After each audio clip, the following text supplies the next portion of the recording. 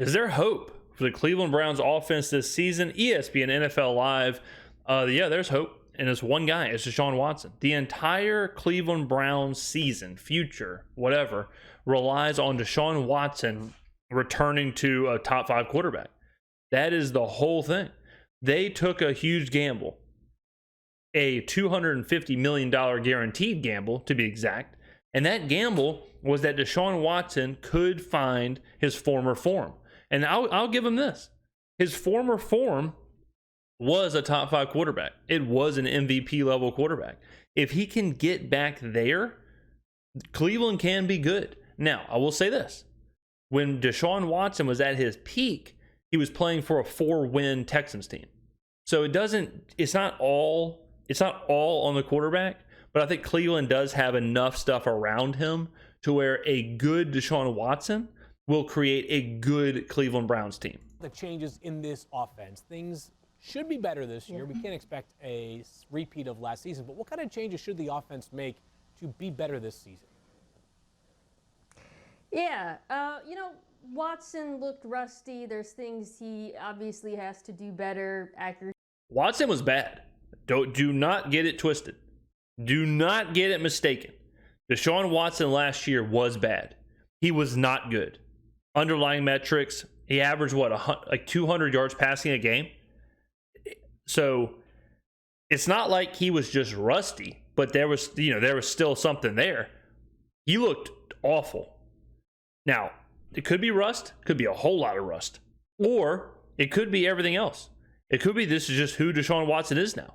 We will know. We will know at the beginning of this season if Deshaun Watson has given us 215-yard passing games and he looks the exact same he did last year. This might just be who he is now. Confidence, all of that. But I also think that the offense needs to evolve to accommodate and I would say amplify his skill set. So Kevin Stefanski's scheme prior to Watson arriving and based on the lineage he comes from is that under center, wide zone, run game, play action off of that. Yep. Watching Watson, his starts last year didn't look comfortable under center. And I wouldn't be surprised this year if they tilt more towards putting him in the gun, pistol, spreading things out, getting him in empty more often, trying to... Yeah, I mean, I think whenever you make a gamble like they did on a quarterback and you pay him that much money, you have to basically do what he wants. If he's more comfortable in the pistol, which I think he would be, if he's more comfortable in the pistol, if he's more comfortable in shotgun, Stefanski has to change. He has to shift his philosophy because Stefanski's not making $250 million guaranteed. So if Stefanski won't do it, the Browns brass will absolutely move off of him and go find someone who will. So it's up to him now. If I was Kevin Stefanski, I'd be watching a whole lot of Houston Texans tape with Deshaun Watson and saying, okay, how can our offense replicate that? How can we put Deshaun Watson in familiar positions that he'll thrive in? Recreate a lot of the magic we saw in Houston. Now, my one concern about that was, this run game has been so dominant with Nick Chubb, with the prior scheme. But I went and looked to see how Nick Chubb has done running out of the gun. Yeah, I mean, look at this. This is terrible. Like 6.5 yards an attempt. Oh my God, that's bad. The 58% completion percentage, real bad. I mean, this is just awful. Like I was saying, the underlying metrics are just as bad as it looked. It's not like Watson was figuring it out. This is really, really bad, really poor. And folks, still dominant last year. First in yards per carry, first in rushes over expectation per carry, third in EPA. Now let's talk about the Nick Chubb thing because that is interesting. You're asking a head coach and a team to change philosophically when they have something that has been successful. If you look at the Browns when they had Baker Mayfield and they almost beat the Chiefs in the playoffs and they won whatever it was 13 games, they have had recent success with the same kind of philosophy. This isn't a philosophy that has been broken for years and years and years and just isn't working. They did have something. So it probably isn't easy for former Coach of the Year Kevin Stefanski to just say, yep, okay, we'll completely abandon everything that we had success with a few years ago.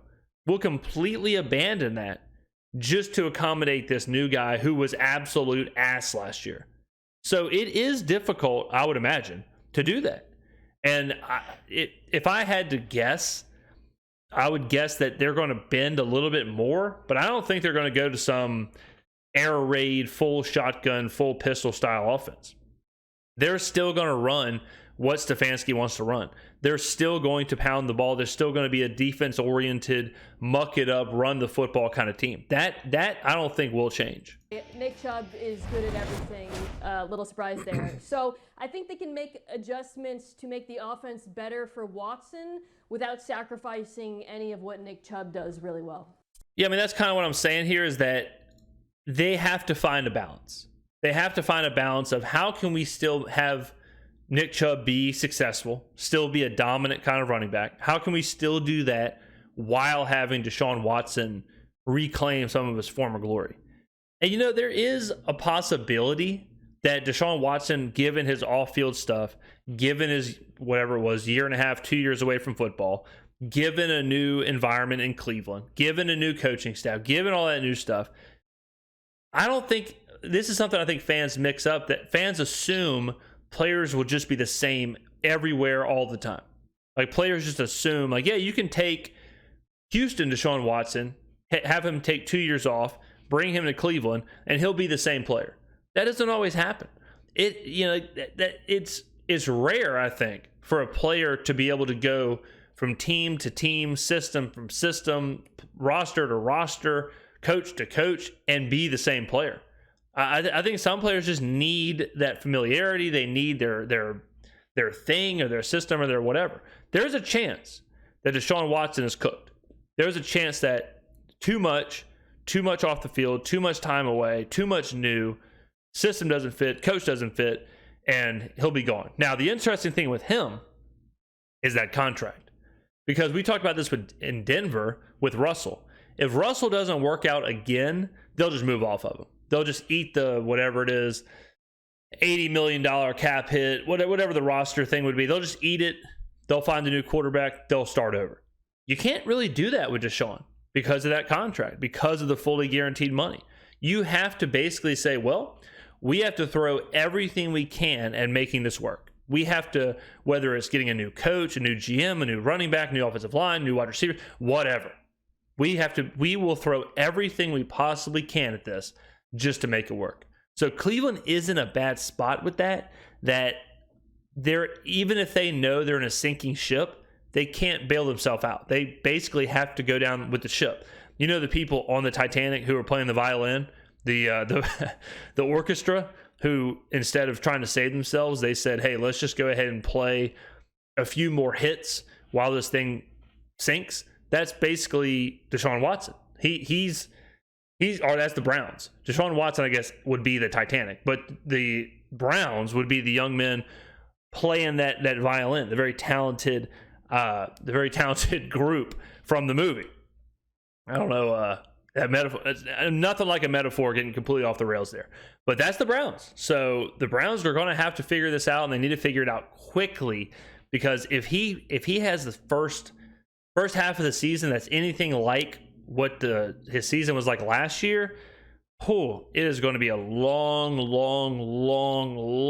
road for Cleveland Browns fans, because the AFC North might be the toughest division in football. You know, you're going to see the Steelers, you're going to see the Bengals, you're going to see the Ravens, the toughest possible divisional opponents. You're going to see them for 6 games a season. So it might be tough for the Browns. I feel for you. But let me know in the comments below what you think, ladies and gentlemen. Do you think there's any way that the Browns recover their former glory, or Deshaun Watson recovers his former glory? Do you think the Browns can compete in a highly competitive AFC North? Or do you think this is it for Deshaun Watson? Do you think this is who he really is now? Do you think the time away, the offseason problems, do you think all that is too much for him? Let me know in the comments below. I have a sneaky feeling in about 3 months we're going to be sitting here saying this is just who Deshaun Watson is now.